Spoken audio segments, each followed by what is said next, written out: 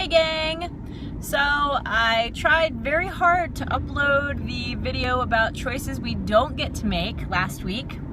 I uploaded it and I uploaded it and I uploaded it and it didn't work.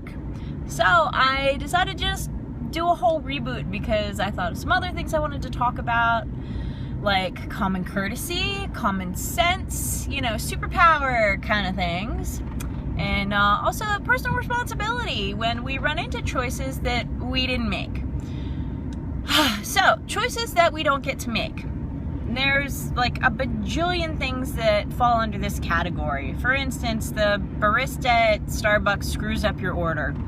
You didn't make the choice that she was going to screw up your order. You make the choice to drink it or send it back, right? Right.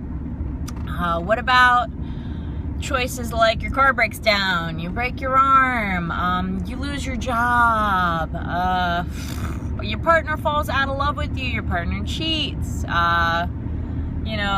somebody you love passes. All these sorts of things fall under the order of choices we don't get to make. So what do we do in these situations? Well, obviously we react. Not always in a good way. Sometimes very poorly. However, it is our choice how we react to these situations.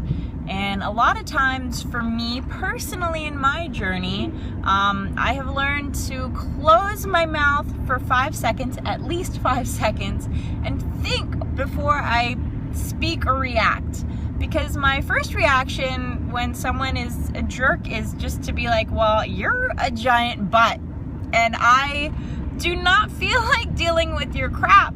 So, go screw yourself. As an Italian, that is absolutely my natural reaction to dealing with most everything. Now, obviously, there are situations where that's not appropriate. True. And with stuff like personal health issues, I can say that to myself, but it doesn't really work out. So how we react and make choices surrounding choices that we never got to make in the first place speaks a lot about who we are and where we are in our journey. Obviously, how we see teenage girls dramatically react to everything is a very different place than where we are on our paths, whether we're college, married, kids, divorced, kids are away, whatever. Everyone has that different level of experience and maturity that they bring to the table. So obviously your reaction is not going to be my reaction, and my reaction is probably not going to be your reaction, and that's okay. But we do have to take personal accountability for whatever our reaction is. For instance, when I was evil, obviously the fallout from that was something I could care less about. And that's pretty much the truth with anything that really upsets me, to the point where I actually say exactly what I feel when I'm feeling it. It's true, sorry. Not sorry. And I feel like a lot of people have the same kind of experiences, maybe in a different way. A lot of people I know that quit their jobs when they were really just emotional and feeling everything that they were feeling, and said exactly what they wanted to say and quit. Well, that's great if you have something else lined up, or you have the savings to lean back on when you can wait to find another job. But if you get laid off, and say whatever you want to say at that point, you're still laid off. So hopefully you're prepared for that, but I wouldn't be. I don't think a lot of people in this day and age are. The economic situation is tough. I don't care what the magic people on TV say about the unemployment numbers. There are a lot of people I know that are intelligent and well-educated that are poor. That's not a choice we make. We can choose to work 3 jobs and work harder and get whatever we need to scrape by. I don't know a lot of rich people, and that's okay. I'm sure those people work very hard. But the choice that we make regarding money and love and cars and health and silly little choices and important big choices that we don't make speaks a lot to who we are and where we are. Now, what does that mean as far as personal power? Well, this gives us a huge chance to evaluate not only ourselves, but other people. Watch what happens when things go wrong. You know, I always say that people can be dating for a month and fall madly in love with the person that they want that other person to be, because that's all it is at that point. You know, you're on your best behavior for at least 6 to 9 months in a relationship. For most people. For me, I don't even bother wasting the energy anymore. I'll dress up, but I'm not gonna lie about who I am. I like me. If you don't like me, whatever. But watch what happens when things go wrong. Does a car break down? Does the bank card not work? Does, you know, having to wait 20 minutes for a table really bother people? Does you having a different opinion on something bother somebody? Gracious, there's so many things. Which brings me into common courtesy and common sense. But common courtesy, because it's so rare this day and age. Like, for instance, last night had an incident. I will kindly call an incident, because my partner / roommate went out. Fine, no big deal, whatever. When you have kids or you have a roommate, it is common courtesy to say, hey, I will be back at whenever, you know? When there are kids involved in the equation, obviously bedtime is an issue, so you want to make sure that if you're going to be home after whatever the bedtime is, that you be quiet. Common courtesy, like really, that's like not even, that's like bottom of the barrel kindness, okay? That's the bare minimum. So I asked, you know, are you coming home? I don't care if you are or not. Just communicate to me. And there was a whole argument that ensued that didn't need to ensue at all, because I was seeking common courtesy that wasn't given. Now, how did I react to that? Not well. Your butt.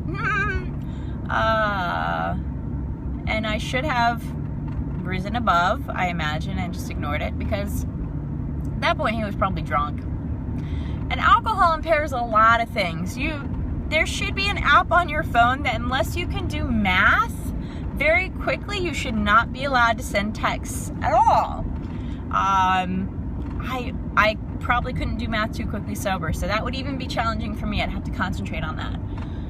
But some people just shouldn't be allowed to send texts. And it evolved into something which was crazy, because that's how things like this work. When things fall apart over communication, which in a relationship it is almost always over communication. Things will fall apart because of communication. Not because of money, not because of time spent together, not because of lost romance. All of that are symptoms of bad communication. So pay attention. How are you communicating? Now, one of the things that we can't control, one of the choices we don't get to make, is how they filter the information that we give them. For instance, if I say, hey, when are you going to be home? To a normal person, that means, hey, I'm concerned about your health and well-being. Just curious when you're going to be home because, you know, kids and stuff. To someone who is drunk or not dealing well with whatever is going on in their life, they run it through a filter of, this person doesn't like me, this person hurt me, this person, whatever their views of you are, even though they're wrong, the assumptions that they make based on whatever skewed reality they are living in is how they will filter whatever information you send to them.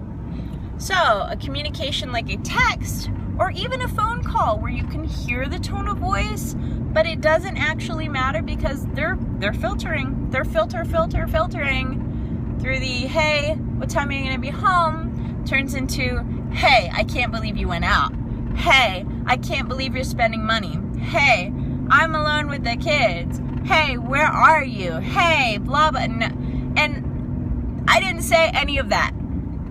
And I think people dig in so much into their skewed reality and their assumptions about people that aren't true. And I know that I have done that in the past. Absolutely, I have done that in the past. And I think only because I have done that in the past did I realize that that was happening to me now.